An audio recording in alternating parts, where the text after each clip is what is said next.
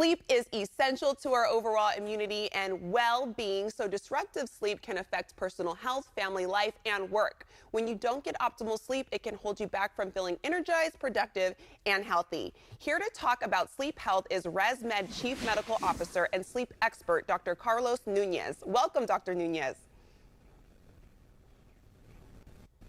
Hello, thank you for having me. Yeah, we're happy to have you on, and we got to start off with asking you, why is sleep so important? Well, sleep is one of the three pillars of good health, and we talk about the first two all the time, diet and exercise. But we often ignore our sleep, or sometimes we brag about the fact that we can get on with just a few hours of sleep. But every system in your body, from your brain to your cardiovascular system to your immune system, needs good restorative sleep. Not just so that you wake up refreshed tomorrow, but for the weeks and months and years down the road where those systems will actually suffer consequences from years of poor sleep. So we can't ignore it any longer. You mentioned something so important. My fiance does the same thing. He brags about, I can, prolong the day with just 4 hours of sleep, but then throughout the day he's very tired. So it's important that we're getting those hours needed. Now, what is the top issue impacting how we sleep in America? So there's an important issue. It's a condition called sleep apnea that affects 54 million adults in the United States. And probably scarier than that 54 million number is 80% of those people that have it are undiagnosed and untreated. And sleep apnea can be devastating. It not just makes you tired the next morning, which puts you at risk for automobile accidents or workplace injuries, but can have devastating health consequences, the months and years from now. Yeah, and so what are the signs or symptoms of sleep apnea? So the most common sign is snoring, but that doesn't mean everyone who snores has sleep apnea. But if you understand the way it works, when you sleep, the tissues in your throat relax, and the air vibrating through those relaxed tissues makes the sound that we call snoring. Well, in sleep apnea, the collapse is much more severe. So snoring can be louder or so severe that it stops completely. And that's when the airflow to your lungs stops and the oxygen in your blood starts to drop.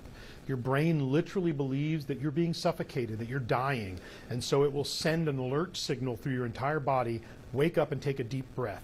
And it wakes you up enough to breathe, but not enough that you even realize you were awake.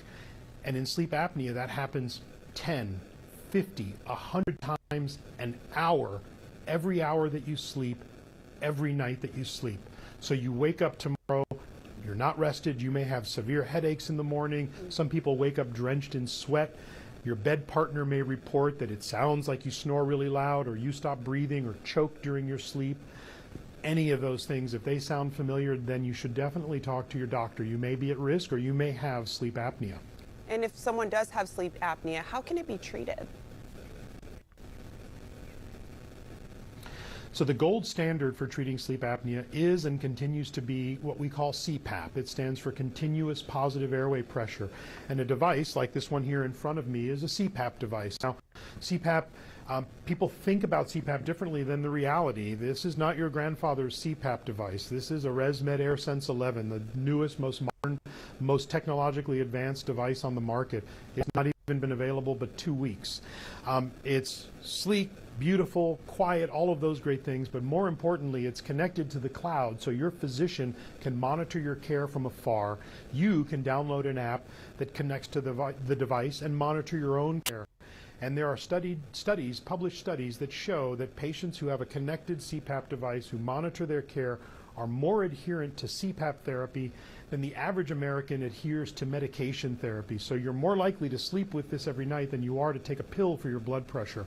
It's so important because untreated sleep apnea is associated with increased risk of things like Alzheimer's and other types of dementia, cardiovascular disease, even mortality. If you have untreated sleep apnea, you're more likely to die of any reason than anybody else walking on the planet.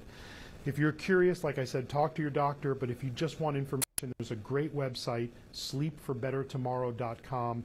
They'll tell you a lot about sleep, health, wellness, and conditions like sleep apnea. Thank you, Dr. Nunez, so much with these very helpful tips. And to ensure you're getting the right amount of Z's, visit sleepforabettertomorrow.com.